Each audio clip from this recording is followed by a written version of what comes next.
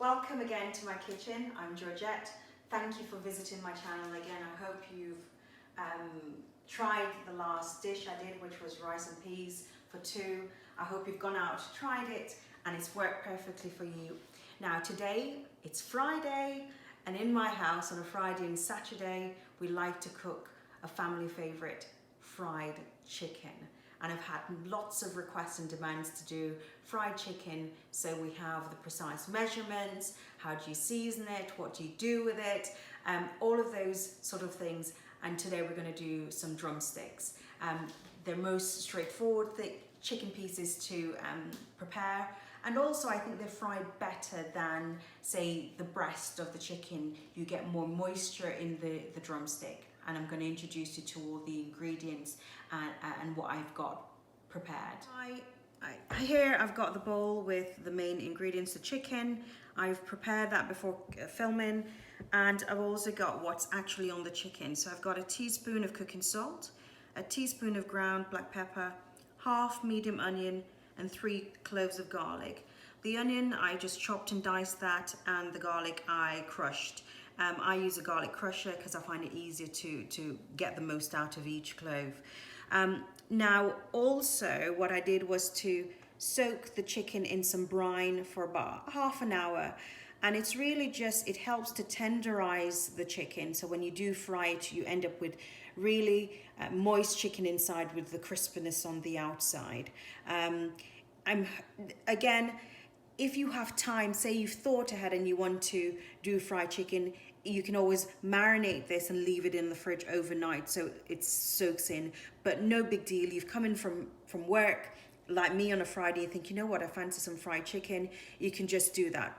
30 minutes soak in the brine, garlic, onion, salt and black pepper on, and you're good to go. We've done the chicken, and the chicken is in a bowl with all the seasoning, and we've got on the board all the ingredients we need to make the coating for the chicken. In here we've got 1.5 cup of corn flour, 1.5 cup of plain flour, and we've got 3 large beaten eggs, 3 tablespoons of Everday seasoning, and 3 tablespoons of paprika. Now this is the trick over here, corn flour. When I was growing up, we didn't really use corn flour to put in our fried chicken. It was just plain flour and seasoning. But I've learned over time of cooking that adding the corn flour to your mixture gives you a crispier finish to your outer coating. And what's going to happen is to put all of these ingredients together in one big bowl and make it into a mixture, obviously minus the egg. The egg is going to go directly onto the chicken. And also trick that I've learned is to pour the chicken, the egg in fact, the beaten egg, over the top of the chicken. Saves you having to dip each individual one on the chicken, and it saves you a great deal of time, and it's less messy. I found that that's helped me a lot in the past. Now we'll just leave that egg to sit on that chicken while we prepare the mixture for the coating. I'm going to pour in my flour and pour in the corn flour. Let's get all of that in there.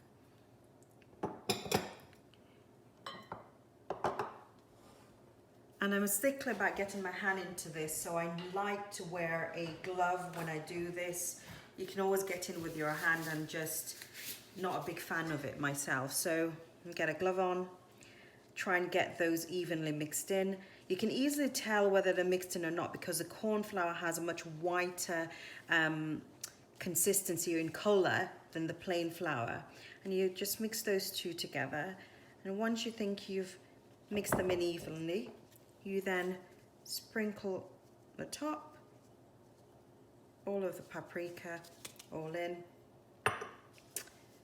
and again for your everyday seasoning, putting it all in there, and again have a good mix. You can get the kids involved in this, get them to mix it all in for you, and you'll notice that the color has changed, and that's what you're looking for. You're hoping to be able to see that you've got a slight sort of terracotta-ish tinge to the flour and corn flour that you've mixed together, because ultimately that's what's going to give you your color to your chicken once you've covered it in the coating and ready for your oil. So that mixture now is ready to receive the chicken. In the bowl we have the chicken. Remember, we poured on the 3 large beaten eggs and forgot about it while we were preparing the flour mixture with the corn flour to coat the chicken. And now all I'm doing is making sure that the egg coats all of the chicken. And notice we've left the skin on because we need the skin on the chicken to get that crispiness. If you remove the skin, we're not going to get that lovely crispiness that we're looking for with the fried chicken. So I think we've pretty much covered all of that. And I'm just going to transfer, and doesn't matter if you know, we've got all the onions and garlic, it doesn't matter if some of that obviously travels with it into the second bowl. So the next stage is to lay this, just drop it in, and drop it in, drop that in,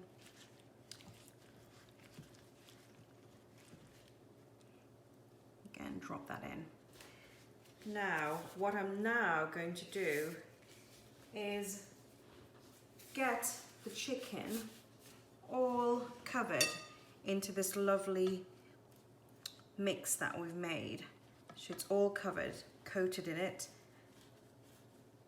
I'll flip it over, flip that over again, flip it over a couple of times, just making sure that all of it has got some of the coating on. Once you're satisfied it's all covered, just give it a little bit of shake to get rid of the excess. You transfer it ready to rest for when you prepare the oil for it to be fried. Again, a little bit of a shake, get rid of the excess. There we are. Now we have the bowl filled with all the chicken coated in the egg and the flour mixture. Now what I've also done, which is a little trick of mine, is to sprinkle some excess flour mixture on top. And the reason I do this is once the chicken is sat there resting, waiting for the oil to be ready, you can find some of it seeps through and the mixture starts to get a little bit wet. The excess flour on top, mixture on top, just helps you to recover those, the ones that seep through before you get them in. The eagle-eyed people among you will notice I've had an outfit change in the meantime.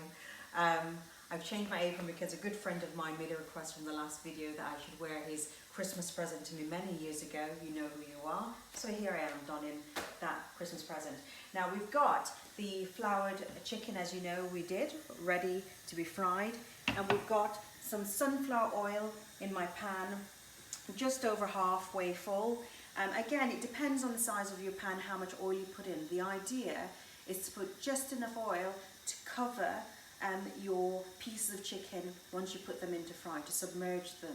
It's currently on a very high heat at the moment, just to get your oil up to temperature. And unfortunately for this, I haven't got an exact science to tell you what temperature it is. I use it from sight. So looking at the oil, I can see that there's movements in the oil. You probably can't see this on camera, but I can see they're like sort of waves almost. That tells me that the oil has got to the temperature that I want it to be, so I can start putting the pieces of chicken in.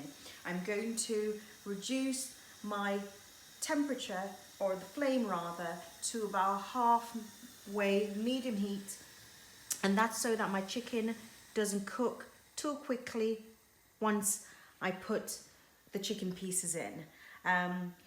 This size pan, I think I'll be able to fit about 4 or 3 pieces a go. The idea is to put your pieces of chicken in, make sure they're not touching each other, and make sure they're completely covered in the oil.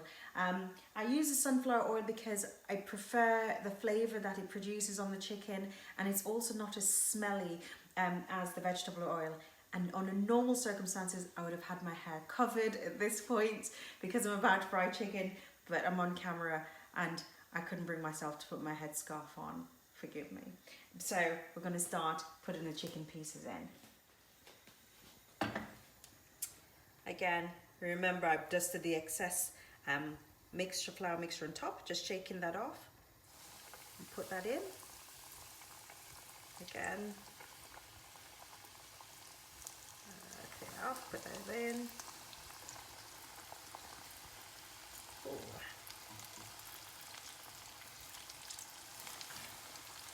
Can I fit one more in? If I can find a smallish one, I could probably fit one more in. And I fit that one there. Right, and I would say leave that now to cook on medium heat for about 10 minutes. You ultimately may need a little bit longer depending on the pieces of your chicken, but we'll use a skewer to test them after about 10 minutes to see whether or not they're cooked through. But anything between 10 and 15 minutes will be a good cooking time for you till they're golden brown. These have been frying now for about 15-16 minutes and I think they're ready to come out. I'm just going to retrieve them. And I've got greaseproof paper here to take them out on. If you don't have greaseproof paper, you could always retrieve them onto kitchen rolls. It's anything to take the excess oil as you take these out. Now I did check them throughout at 10 minutes. I checked them and they weren't quite ready, and I left them in for another 5-6 minutes, and now they are ready, and we're going to do a skewer test to make sure they are cooked through. And there, nothing's running through. Well, something is, but it's clear, so it shows that it's actually cooked all the way through and you're safe to eat that. A nice bowl of fried chicken. I'm actually salivating as I'm talking to you right now. It's embarrassing. It smells delicious. I'm looking forward to sitting down with the family and enjoying these. Go out and try it.